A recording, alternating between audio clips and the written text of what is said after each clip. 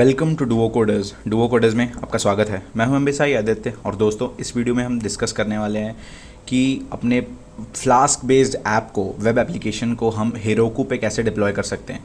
तो यदि आप लोगों को फ्लास्क के बारे में नहीं पता तो फ्लास्क एक पाइथन का फ्रेमवर्क है जिससे हम अपने वेबसाइट्स को, किसी भी बैकएंड रिलेटेड वेबसाइट अपन बना सकते हैं। तो अगर आपको फ्लास्क के बारे में नहीं पता तो आप फ्लास्क की डॉक्यूमेंटेशन पढ़ के फ्लास्क से अपने वेब एप्लीकेशन बनाना स्टार्ट कर सकते हैं, या तो यूट्यूब पे बहुत सारे ट्यूटोरियल्स ऑलरेडी अवेलेबल हैं जिसे आप जाके देख सकते हैं।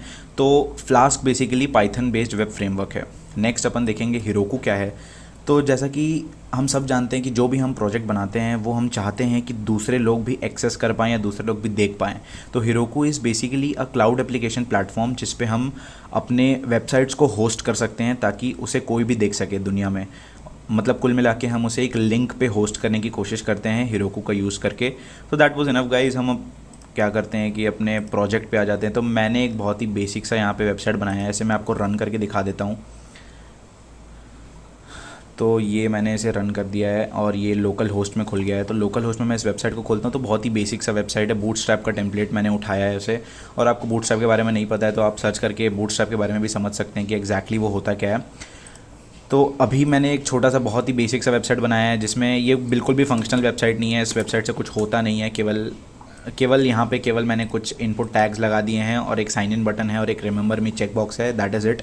बस यहाँ पे मैंने ये किया है कि अगर आप किसी भी एक स्लैश करके आप किसी दूसरे राउट पे जाने की कोशिश करते हैं, जैसे फॉर एग्जांपल मैंने साई लिख दिया, तो ये जो साई नाम का वेरिएबल है ये यहाँ पे डिस्प्ले होता है इन 4 डिब्बों में। जैसे आप यहाँ पे कोई दूसरा अगर नाम लिखने की कोशिश करेंगे जैसे कि आयुष, तो वो यहाँ पे डिस्प्ले होगा। तो ये केवल फंक्शनैलिटी के लिए, कोई ज़्यादा इसमें एम्फसाइज़ करने का ज़रूरत है नहीं। बस एक बहुत ही बेसिक सा और बहुत ही अजीब सा वेबसाइट है, मैं मानता हूँ, लेकिन ये केवल मैं आपको इस वीडियो के से केवल यही बताना चाहता हूँ कि हमें होस्ट कैसे करना है।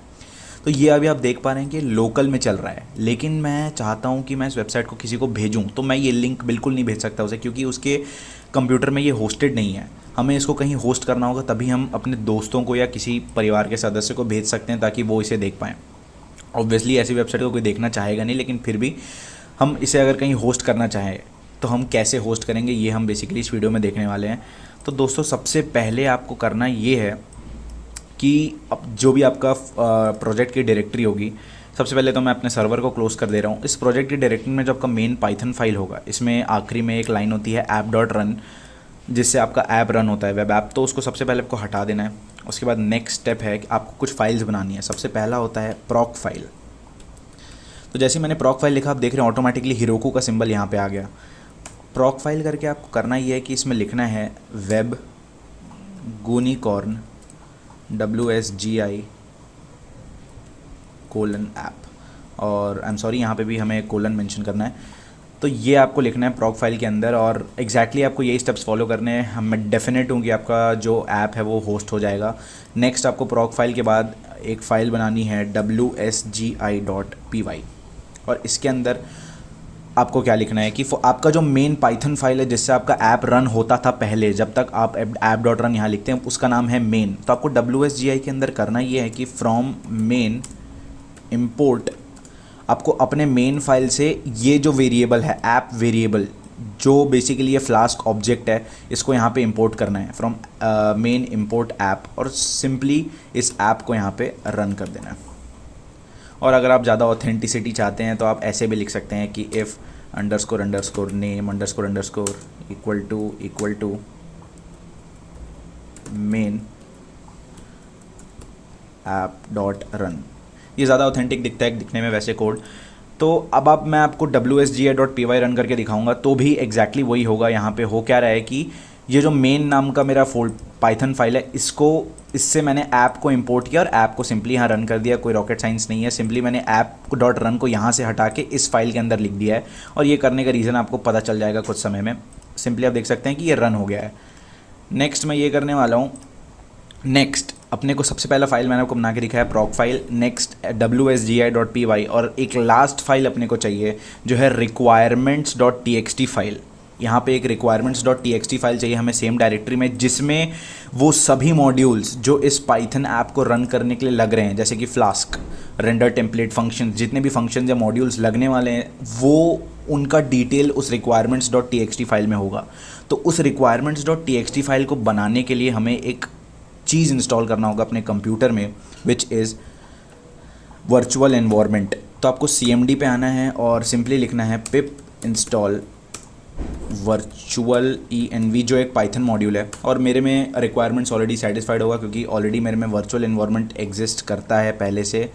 अगर आपके में वर्चुअल एनवायरनमेंट एग्जिस्ट नहीं करता है तो आप सिंपली उसे जाके PIP इंस्टॉल वर्चुअल एनवायरनमेंट करके डाउनलोड कर सकते हैं। तो आप देख रहे हैं कि मेरे में रिक्वायरमेंट्स ऑलरेडी सेटिस्फाइड है, तो मैं ऐसे सिंपली क्लोज कर देता हूँ अभी के लिए और मैं अपने प्रोजेक्ट की डायरेक्टरी पे आ जाता हूँ।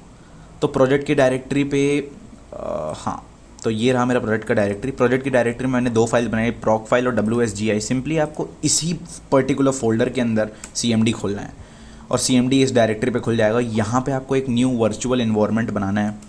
वर्चुअल, मैं आपको कोड लिख के दिखाता हूँ, वर्चुअल ENV, और अपने वर्चुअल एनवायरनमेंट का नाम लिख देना है जो कि मैं MBSA रख रहा हूँ। तो जैसे आप इस चीज़ को रन करेंगे तो होगा ये कि यहाँ पे एक MBSA नाम का फ़ोल्डर बन जाएगा जो एक नया वर्चुअल एनवायरनमेंट होगा। तो अगर आपको वर्चुअल एनवायरनमेंट के बारे में नहीं पता है तो वर्चुअल एनवायरनमेंट होता ये है कि ये एक नया पाइथन इंटरप्रेटर होता है। अगर आप इसलिए बहुत ईजी लैंग्वेज में देखें तो एक पाइथन इंटरप्रेटर होता है। तो एक काम करते हैं, पहले इसके बनने का वेट करते हैं, उसके बाद मैं आपको वर्चुअल एनवायरनमेंट का एक्चुअल यूसेज बताऊंगा। तो ये वर्चुअल एनवायरनमेंट यहाँ पे क्रिएट हो चुका है। अब मैं क्या करूँगा, अभी आप देख रहे हैं कि मैं पाइथन VY नाम के डायरेक्टरी के अंदर हूँ। मैं CD करके अपने MBSA जो अपन ने वर्चुअल एनवायरनमेंट क्रिएट किया उसके अंदर जाऊँगा। तो ये करने से ज़्यादा बेहतर ये है कि मैं यहाँ पे MBSA के अंदर आता हूँ। यहाँ पे देख रहे हैं आप 4 फाइल्स यहाँ पे बनते हैं और ये विंडोज स्पेसिफिक है क्योंकि अगर आप वर्चुअल ENV आप उबुंटू या लिनक्स पे चलाएंगे तो वहाँ पे अलग फाइल्स बनती हैं। तो ये विंडोज स्पेसिफिक है मेथड। तो मैं स्क्रिप्ट्स के अंदर आता हूँ और स्क्रिप्ट्स के अंदर आपको इस पर्टिकुलर स्क्रिप्ट्स डायरेक्टरी के अंदर CMD को ओपन करना है, यहाँ पे CMD रन करके, और आपको एक्टिवेट पे क्लिक करना है। तो जैसे ही आप देखेंगे मैं एक्टिवेट लिख के एंटर मारूंगा तो यहाँ पे एक MBSA नाम का ब्रैकेट बन गया। इसका मतलब ये है कि मैं अब अपने वर्चुअल एनवायरनमेंट के अंदर आ चुका हूँ। वर्चुअल एनवायरनमेंट के अंदर आ चुका हूँ मैं। अब आपको करना ये है कि अपना जो पूरा प्रोजेक्ट है इसको अपने वर्चुअल एनवायरनमेंट के अंदर लेके आना है।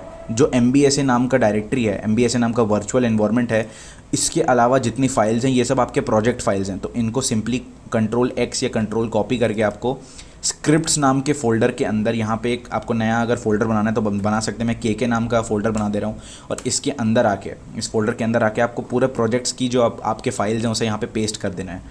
उसके बाद आपको तो पता ही है कि WSGI.py को रन करते ही हमारा सर्वर रन हो जाएगा। तो मैं स्क्रिप्ट्स नाम के फ़ोल्डर के अंदर ऑलरेडी हूँ। मैं CD करके KK नाम के फ़ोल्डर के अंदर आ जाता हूँ और एंटर करूँगा तो अब मैं इस डायरेक्टरी के अंदर हूँ, KK नाम के डायरेक्टरी के अंदर हूँ। मतलब मैं मेरे प्रोजेक्ट डायरेक्टरी में हूँ कुल मिला के, लेकिन वर्चुअल एनवायरनमेंट के अंदर।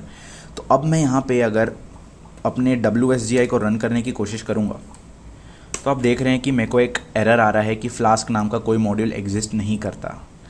लेकिन आपने देखा होगा कि मैंने जब यहाँ रन किया तो ऐसा कोई एरर नहीं आया क्योंकि ये मेरे कंप्यूटर के लोकल इंटरप्रेटर्स से पाइथन को रन कर रहा था।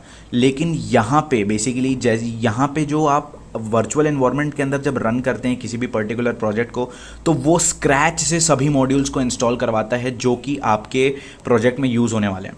तो यहाँ पे आपको सिंपली करना ये है कि कुछ नहीं, इजीली आपको अपना फ्लास्क वापस इंस्टॉल कर लेना है, PIP इंस्टॉल फ्लास्क लिख के और एंटर कर देना है। और अपना जो फ्लास्क है, फ्लास्क मॉड्यूल है, वो वर्चुअल एनवायरनमेंट के अंदर डाउनलोड होगा, ना कि अपने कंप्यूटर में। तो ये वापस से डाउनलोड चालू हुआ। इसने ये नहीं कहा कि रिक्वायरमेंट्स ऑलरेडी सेटिस्फाइड, मतलब फ्लास्क एक्चुअली हमारे वर्चुअल एनवायरनमेंट में एग्जिस्ट नहीं करता है और इसे मैंने अभी फ्रेशली डाउनलोड किया है। तो नेक्स्ट अपन क्या करते हैं, जैसे ये इंस्टॉल होगा आपको मैं रन करके दिखाऊंगा फिर से वही कमांड जो मैंने पहले रन किया था, पाइथन WSGI.py। सो इस वेट करते हैं हम इसके ख़त्म होने का प्रोसेस के।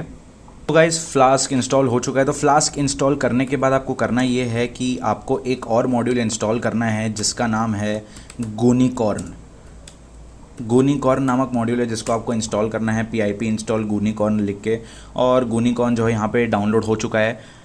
नेक्स्ट अपने को मैं आपको रन करके दिखाता हूँ अपने पाइथन के वेब ऐप को। WSGI.py नाम से जो फाइल था मैं इसको रन करता हूँ और आप देख रहे हैं कि अब वर्चुअल एनवायरनमेंट के अंदर ये सर्वर रन हो चुका है। तो मैं इस वेबसाइट को यहाँ से कॉपी करता हूँ और आपको यहाँ पे खोल के दिखाता हूँ।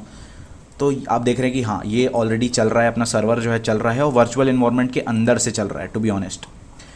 तो एक काम करते हैं, अभी सर्वर को क्लोज करते हैं। अब जो नेक्स्ट ये जो वर्चुअल एनवायरनमेंट बनाने का मेन रीज़न था, अब उस पर आते हैं। मैं यहाँ पे वर्चुअल एनवायरनमेंट को मैंने क्लोज़ कर दिया है, मैंने सर्वर को क्लोज़ कर दिया है। अब मैं अपने वर्चुअल एनवायरनमेंट के अंदर हूँ।